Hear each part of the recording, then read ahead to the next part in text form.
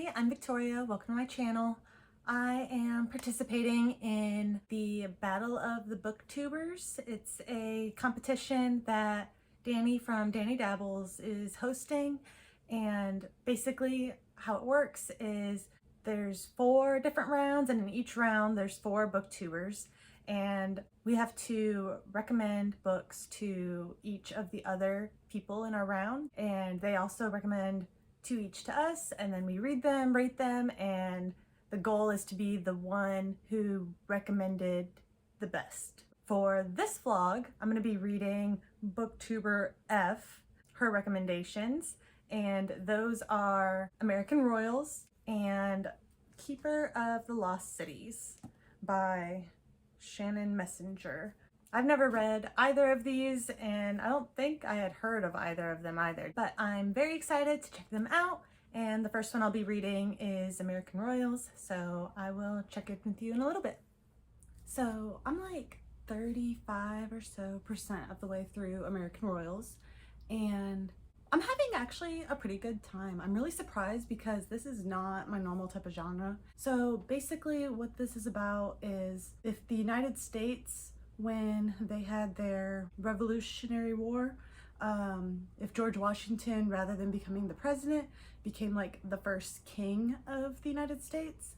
And so then we're in like modern day following the royalty, and there's quite a few different people that we follow. I'm having trouble remembering any of the names really right now. I think one of the oldest princess, like the heir, her name is Beatrice, and then the next one is named, I don't remember, but there's a second princess, there's also a prince, and then we also have 2 other girls that we follow. One is a girl, like a commoner, I guess, who is best friends with the younger princess and is in love with the prince. And then one is the ex-girlfriend of the prince who is trying to win him back because she wants to be a princess, basically. So these are like the different POVs we have, the 4 main girls. It's a fun time. It's like the political stuff that I like in my fantasy books mixed with like reality TV drama. That's kind of, I guess, the general vibe that I'm getting. I don't know if it's gonna end up being like a favorite per se, but I think it's gonna be fun. I'm not sure if I'll end up continuing the series after, but I'm only like a third of the way through, but I don't really have any complaints about it so far. But yeah, so I'll check in with you guys again in a little while. So I'm like 2/3 of the way through American Royals right now, and I actually feel kind of dumb a little bit. I think maybe it's because of my history of reading fantasy books. My mind just kind of goes into a certain direction with like what I expect from a book when I hear like certain things with the plot line and everything.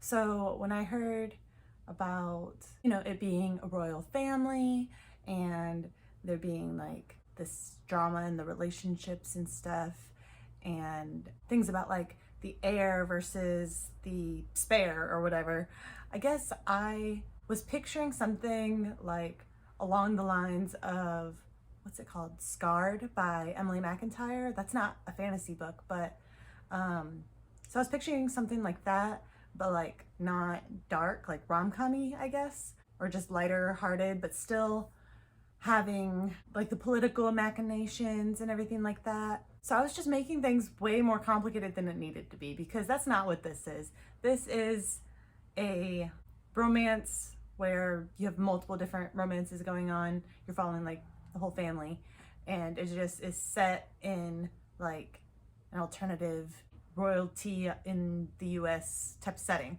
And it makes sense because like the cover art for American Royals is very like contemporary romance type of style. So I guess really I should have known, but I don't know.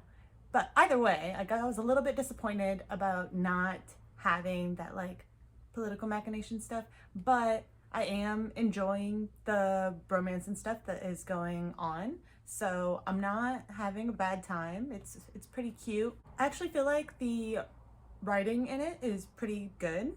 And I also feel like I actually understand all the different characters' motivations and personalities and everything. So The author is doing a really good job at balancing all of the different main characters that we're dealing with. So yeah, so far I'm feeling like this book will probably end up getting a pretty good rating from me, but it's not going to be a book that I need to like own a copy of or anything. It's just I'm having a fun time with it. But I will see you when I'm done. All right, so I finished American Royals. I am very pleasantly surprised. I actually had a really good time with this, even though it is way, way out of like the normal stuff that I read. I had some setbacks initially because I let myself create certain expectations based off of what I normally read, and that just didn't fit with what I was picking up. So I don't know why I did that. I guess it's just something that is hard to help. But once I realized that that's not what's going on or what I shouldn't expect, I was able to set those things aside and just kind of enjoy the story more. It's a lot of drama. It definitely has like contemporary rom-com, well, not rom-com because it's not like a very comedic story, but just contemporary romance vibes. So with that aspect, it was just kind of like a fun time. But I will say I actually kind of enjoyed the setting and how we're following different sets of characters rather than just staying in one character's head. I think I probably would have been more bored if we just stuck to one person. With a story like this, I think having I think 4 different perspectives that we go into opened up the world, I guess, a little bit.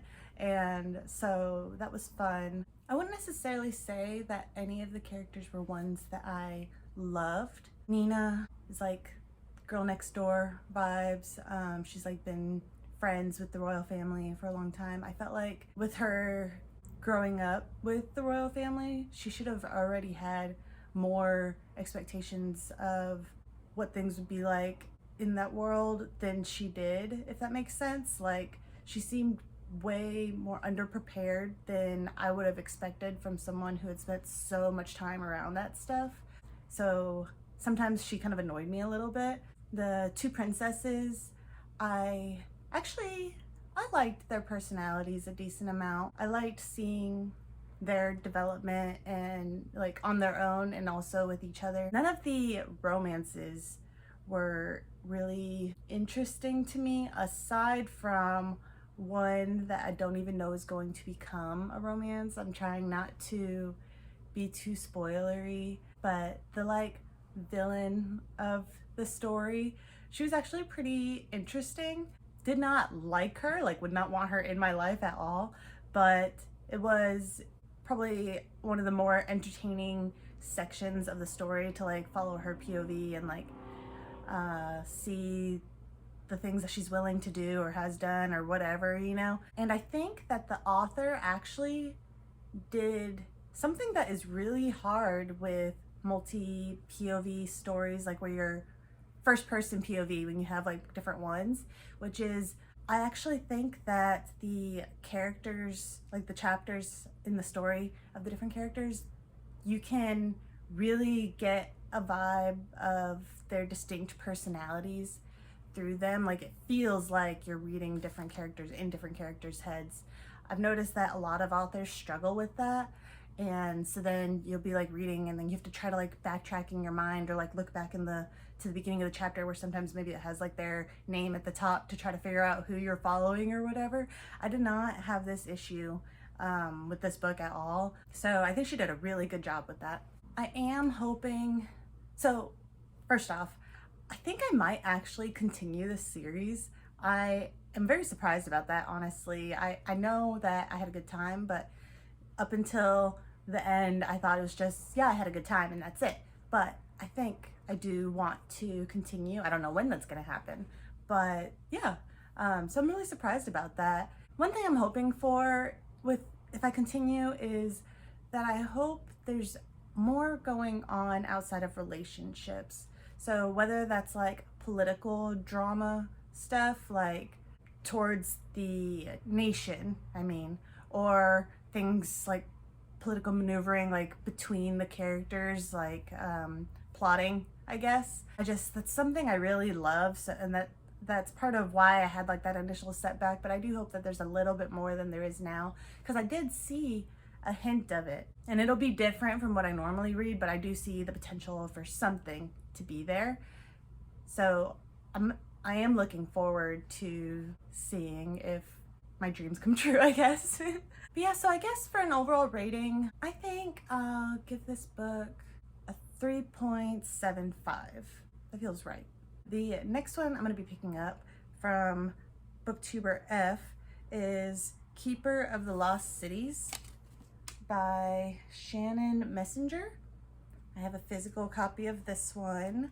I had initially started out with my brain's like broken. I had initially started out with the ebook. For some reason, there's no audiobooks of this series, at least through my libraries. And I have like 3 different ones on my Libby app, so I was really surprised about that. But yeah, so I started out with the ebook, and I ended up getting caught up with some other books and then lost my slot, and then there was people waiting, so I was like, well, by the time it's available for me again, it's like really cutting it close to when I need to be done, so I'll just buy a physical book. But yeah, so I will let you know my first impressions. Hey, so ignore the wet hair, I just got out of the shower, but I got about 1/3 of the way through, what is it called? Keeper of the Lost Cities, I think. And so far, I'm enjoying it. It's definitely a middle grade series. The main character is 12 years old. Her name is Sophie. I've gotten up to where she is about to be starting at her new magical school. So it starts out with her in our world, and she is like a very gifted kid. She's 12 years old, but she's like a senior in high school. And when a news article is made about her and like what college she's deciding to go to, she ends up being found by these, I almost said they, they're not they, these elves. This elf named Fitz finds her and kind of introduces her to the fact that she is not human. And you would think that this would be really hard for her to believe, but she actually has been a telepath since she was 5 years old. So she handles it surprisingly well. I think maybe it should have been a little bit harder for her than it was, but I do think one thing that this series, this book did really well was the way that they go about having her be introduced to this world. It's very kind of like Harry Potter-ish in the beginning, with her being a little bit weird and then being introduced to this new thing, and it's like, okay, you need to go off to this school and stuff. But I feel like this book is more realistic about expectations that you can have from humans when it comes to like a big secret like that, because they did not allow her to like tell her family where she was going and stuff. She can never go back to the human world.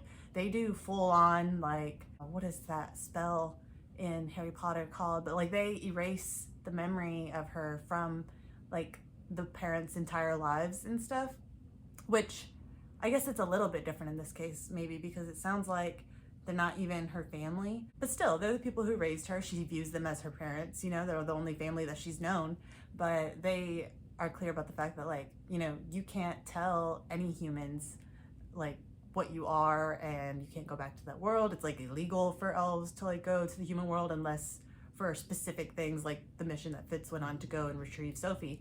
But so they erased her memory, and now she's going to be starting, she's kind of with a host family, I guess is what you would call it, kind of like when kids study abroad. But so she's living with this host family. We haven't gotten to know them too well yet, and she's about to be starting at this new school. I am enjoying it. I haven't really fully connected yet, but I see a lot of potential, I guess. I think it'll be a really cute series. It'll just be, depending on how things go, we'll decide if it'll be one that I want to stick with, you know? But I don't think that it'll be something I feel like I need to DNF or anything. So, feeling optimistic. All right, so I am on, let me see, chapter 34, page 320 in Keeper of the Lost Cities. That's how much I have left. And I'm having a good time. This middle section that I just read, if it's like, it checks a lot of boxes of like school setting kids book. You know, you have your classic characters. There's your mean girl, your class clown type of characters, crushes, nerdy kids. You know, it's just really being like, yep, these are people that are in schools, right? Which, I mean, I guess it's relatable, but it's just funny because that's what you see in like any school setting of anything. But it's not done bad. Like, it's a good writing. It's just funny to me to see it and be like, yeah, I know where we're going, you know. But classes wise, you know, we're going through the different classes that she has, and I like that it's not just she's some prodigy that is excelling at everything and she's like the best. I like that some of the things are her strengths and she's doing really well, and then some of the things she's struggling a lot with. Specifically alchemy, she's having a hard time with, because with her growing up in the human world, she learned chemistry. She learned all of like the rules and stuff of chemistry, and so she's struggling to make herself kind of forget what is like factual that she learned that isn't actually, you know, she's learning that there's way more that she had no clue about. And so I feel like that was done pretty well. It makes sense, you know, like if there's this whole other world and like magic and all this stuff, then it makes sense that like some of the things that she thought she knew academically would be like way off. But mostly this section was just her acclimating to school and everything. We are finally starting to get a little bit more. There's like some mystery stuff going on that she's like having to subtly look into, and I'm enjoying that because I was starting to feel like things were going a little slow, but I like the characters and the writing and everything, so I am definitely looking forward to continuing this book and hoping that it picks up a little bit more. I think it's possible that I will actually end up continuing this series. I don't know for sure yet, but so far I'm having an amazing time. I am now done with Keeper of the Lost Cities.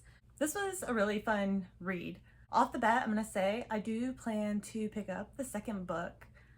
I don't know if it'll be I can't talk. I don't know if it'll end up being a series that I love enough to stick through and like finish the whole thing, but there's potential there, so I am gonna pick up the second one through like the library or something. This third section of the book that I read definitely picked up the pace. I don't know if I would say that. It got more actiony, like a lot more stuff was going on, you know? In the first third, we had like finding out all these new things and introduction to the new world and stuff going on in that way. And then in the middle third, it was like her acclimating and everything mainly. There wasn't really a ton that I think was like going on in that part. And then in this third is when we really started ramping up and like stuff was happening, you know? So it was fun. I definitely had a good time with it. I like Sophie's character a good bit. She has a good heart and is really brave and like proactive and everything. And she is a little impulsive, but I can relate. There was a plot twist in this third section that I really enjoyed. It really set me up to be excited for the next book and see where things go. But also, I really liked the like family dynamics that they have for Sophie going on, like with her guardians that she's living with and stuff. One concern that I have about this series is it seems like it's heading in a direction that I tend to have issues with. Particularly, I've seen it in new adult fantasy or romantasy. I've seen it a lot, which is overpowered main characters. I don't like books where the main character is like a god or just practically one, you know, where it's just like unbelievably higher ability and everything than basically anybody else that you see in the world. Sophie is like crazy strong, and she was like kind of from the beginning, but it was done in a way that had enough structure that it didn't feel like there could be like cop-outs or just things were too easy or anything. And we're not there yet, but near the end of the book, there were some developments that made me see potential for that to happen later on. And that's something that always bothers me. So I'm hoping that's not the case, but I guess we'll see. As for the rating for this book, I think I'll give this a 4.25, I guess. I'm really not used to rating, but that sounds good. This was definitely more in my comfort zone than American Royals was. I did enjoy both books, I just enjoyed this one a little bit more. But as for which booktuber I think recommended this for me, I am gonna guess that it was Laura. I don't know, but that's my guess. But yeah, so that's it for this vlog. Thank you guys so much for watching. Have a great day. Bye.